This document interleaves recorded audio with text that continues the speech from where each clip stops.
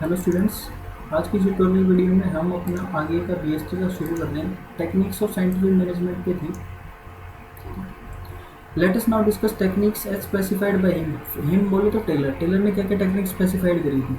These are based on various experiments he conducted during his career. उन्होंने कौन कौन सा एक्सपेरिमेंट करे जिसके बेसिस पे उनकी टेक्निक्स डेवलप हुई। सबसे फर्स्ट आता है functional foremanship. In the factory system the foreman represents the managerial figure with whom the workers are in face to face contact on daily basis। ठीक है, तो फोरमैन क्या होता है? जो वर्क फोर्स से काम कराने वाला होता है। ठीक है, तो मैनेजरियल फिगर होता है वो जो day to day face daily basis पे फेस टू फेस कॉन्टैक्ट करता है किनसे? Working class. ठीक है, in the first chapter of the book you have seen that the foreman is the lowest ranking manager and the highest ranking worker।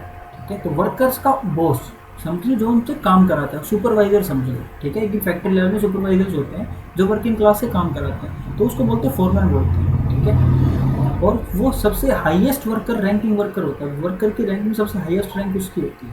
He is the pilot around when revolves the entire production,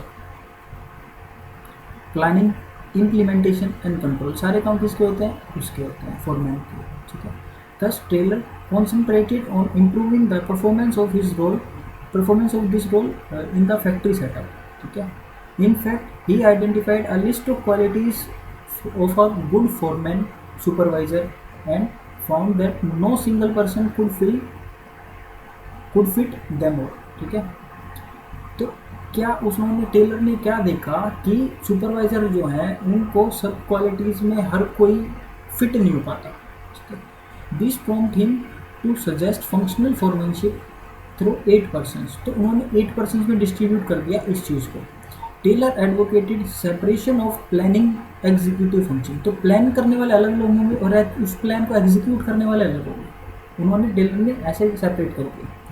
this concept was extended to the lowest level of the shop floor. ठीक है, तो lowest level तक उसने इस function को extend किया। It was known as functional foremanship. Under the factory manager there was a planning in charge and a production in charge। तो planning in charge में क्या होंगे? क्लरिकल लेवल के लोग होंगे जो चीज़ें प्लान करते हैं। ठीक है, और प्रोडक्शन इंचार्ज में होते हैं वो जो एक्चुअल प्रोडक्शन को एक्चुअल जो फिजिकल प्रोडक्ट को हमारे सामने शो करेंगे बना के। ठीक है, अंडर प्लानिंग इंचार्ज 4 पर्सनल नेमली इंस्ट्रक्शन कार्ड क्लर्क। ठीक है, तो प्लानिंग में क्या क्या होंगे? प्लानिंग इंचार्ज में जो होंगे उसमें सबसे पहले आता है instruction card clerk, routine clerk, time and cost clerk and disciplinary work. तो ये सब चीज़ें आती हैं अपना किस में? ये आती हैं अपना प्लानिंग इंचार्ज में। These are 4 personal would draft instructions for the workers, specify the route of production, prepare time and cost sheet and ensure disciplinary respectively। Under production in charge personnel who would work for speed boost। Production in charge में क्या क्या आएंगे? जो speed को boost करेंगे। Gang boss होगा, repair boss होगा and inspector होगा। ठीक है, तो ये सब आते हैं अपना किसमें? प्रोडक्शन इंचार्ज में। This respectively work responsible for timely and accurate completion of job. तो रिस्पॉन्सिबल जो एग्जैक्ट जो वर्क को फुलफिल करेंगे वो होते हैं प्रोडक्शन इंचार्ज। तो ये चीज़ उस चीज़ के रिस्पॉन्सिबल होंगे। Ready for operations by workers, ensure proper working condition of machines and tools and check the quality of work. तो ये सब बंदे जो हैं वो क्या क्या चीज़ें चेक करेंगे? प्रॉपर वर्किंग कंडीशन में मशीन्स हैं या नहीं है, अपने टूल्स वर्किंग कंडीशन में है नहीं है, और क्वालिटी ऑफ वर्क अपना मिल रहा है नहीं मिल रहा है, वो प्रोड्यूस कर रहे हैं या नहीं कर रहे। Functional foremanship is an extension of the principle of division of work and specialization to the shop floor. ठीक है, तो फंक्शनल फोरमैनशिप क्या एक्सटेंशन है किसकी? Principle of division of work and specialization of shop floor. तो specialization का मतलब समझ लो किसी आदमी को एक चीज़ को रूटीन में दे दिया जाए तो उस चीज़ में करते करते उस चीज़ का स्पेशलिस्ट हो जाता है। Each worker will have to take order from these 8 foremans in the related process of function of production. ठीक है, तो देखो एक बार प्रोसेस देख लीजिए, प्लानिंग इंचार्ज में ये 4 चीज़ें आ गई, instruction card clerk, root clerk, time and cost clerk और डिसिप्लिनरी। ठीक है, उसके बाद आता है प्रोडक्शन इंचार्ज में क्या आता है, speed boss, gang boss, repair boss और इंस्पेक्टर। ये सब वर्कर से काम करा है। ठीक है, foreman should have intelligence, education, tact, grit, judgment, special knowledge and manual dexterity and energy, honesty and good health। तो ये सब चीज़ें क्वालिटी किस में होनी चाहिए, एक फोरमैन में होनी चाहिए। ठीक है, since all this qualities could not be found in a single person, so Taylor proposed 8 specialists. Each specialist is to be assigned the work according to his qualities. तो ठीक है, तो उसकी क्वालिफिकेशंस के अकॉर्डिंग, उसकी क्वालिटीज़ के according उसको work को डिस्ट्रीब्यूट करके उसके स्पेशलिस्ट को दे दिया गया। For example, those with technical mastery, intelligence and grit may be given planning work, those with energy and good health may be assigned execution work. ठीक है, तो किसको एनर्जी और गुड हेल्थ है उनको क्या दिया गया, एग्जीक्यूशन वर्क दिया गया, और जो इंटेलिजेंस या मास्टरी है उनको उस लेवल का प्लानिंग वर्क दिया गया। Standardization and simplification of work. तो नेक्स्ट स्टेप आता है क्या, standardization and simplification of work. Taylor was an ardent supporter of standardization. ठीक है, तो उनको क्या था, वो एक जिद्दी इंसान थे, किसी की स्टैंडर्डाइज चीज़ें होनी चाहिए। According to him scientific method should be use to analyze method of production. Scientific method use करने चाहिए। Prevalent under the rule of thumb. तो रूल ऑफ थंब को फॉलो ना करते हुए उनको क्या करना है, साइंटिफिकली एनालाइज करना है चीज़ों को। The best practice can be kept and further refined to develop a standard which should be followed throughout the organisation.